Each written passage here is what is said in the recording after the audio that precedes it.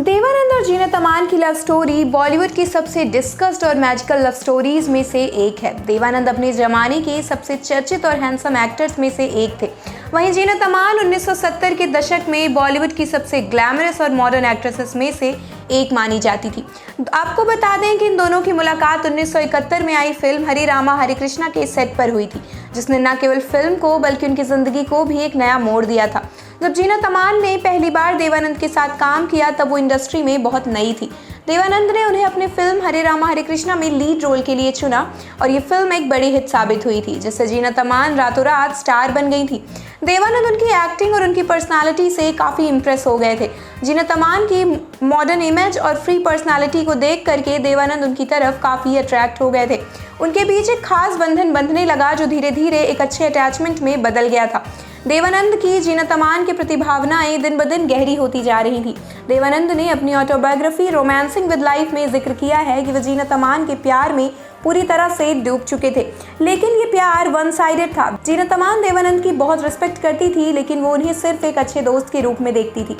देवानंद ने अपनी ऑटोबायोग्राफी में अपनी चाहत के बारे में बताते हुए लिखा है कि जब वो जीनत अमान से पहली बार एक पार्टी में मिले थे तो उन्होंने तभी फैसला कर लिया था कि फिल्म हरे रामा हरे कृष्णा में जेनिस के रोल के लिए वो जीनत को ही कास्ट करेंगे। जीनत के साथ एक्टर के लिंकअप की खबरें भी खूब सुर्खियों में आने लगी थी। उन्होंने अपनी किताब में बताया था कि जब भी उनके लिंकअप की चर्चा होती थी तो उन्हें बहुत अच्छा लगता था। दोनों ही एक दूसरे से इमोशनली अटैच हो गए थे। देवानंद ने इस किताब में ये भी बताया कि उन्हें एक दिन रियलाइज हो गया था कि उन्हें जीनत अमान से प्यार हो गया है और वो उनसे अपने दिल की बात कहना चाहते हैं। सारा प्लान भी बना लिया था। एक्टर उन्हें ताज होटल में प्रपोज करना चाहते थे। यहाँ उन्होंने एक टेबल भी बुक कराई थी, लेकिन सारे किए कराए पे पानी फिर गया। अब वो कैसे, ये आगे बताते हैं। अपनी ऑटोबायोग्राफी में देवानंद लिखते हैं कि होटल से पहले उन्हें जीनत के साथ एक पार्टी में जाना था। वहाँ जब वो गए तो वहाँ सबसे पहले वेलकम राज कपूर ने किया। उस समय एक्टर ने काफ़ी ड्रिंक की हुई थी। जीनत झुककर उनके पैर छूने की कोशिश करने लगी। इस बीच उन्हें लग गया कि दोनों के बीच कुछ ज़्यादा ही नज़दीकियाँ हैं। एक्टर अपनी किताब में इस बात का जिक्र भी करते हैं कि जो उस समय राज कपूर ने जीनत से कहा था, उन्होंने कहा था, तुमने हमेशा वाइट कपड़े पहनने का अपना वादा नहीं निभाया। इसके साथ ही देवानंद अपनी किताब में बताते हैं कि इसके बाद से उनके लिए जीनत पहले वाली नहीं रह गई थी। उन्होंने एक्ट्रेस को एंजॉय करने के लिए कहा और वहाँ से चले गए।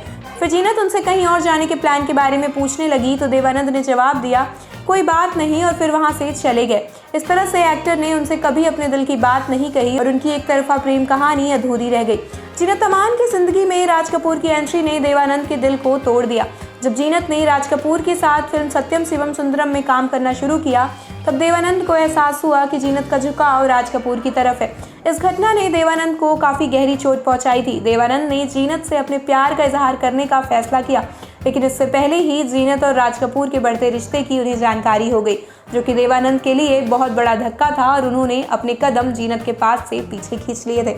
इसी तरह देवानंद कभी भी जीनत से अपने दिल की बात नहीं कह पाए। आप देख रहे हैं सौगंध टीवी, सौगंध वतन की।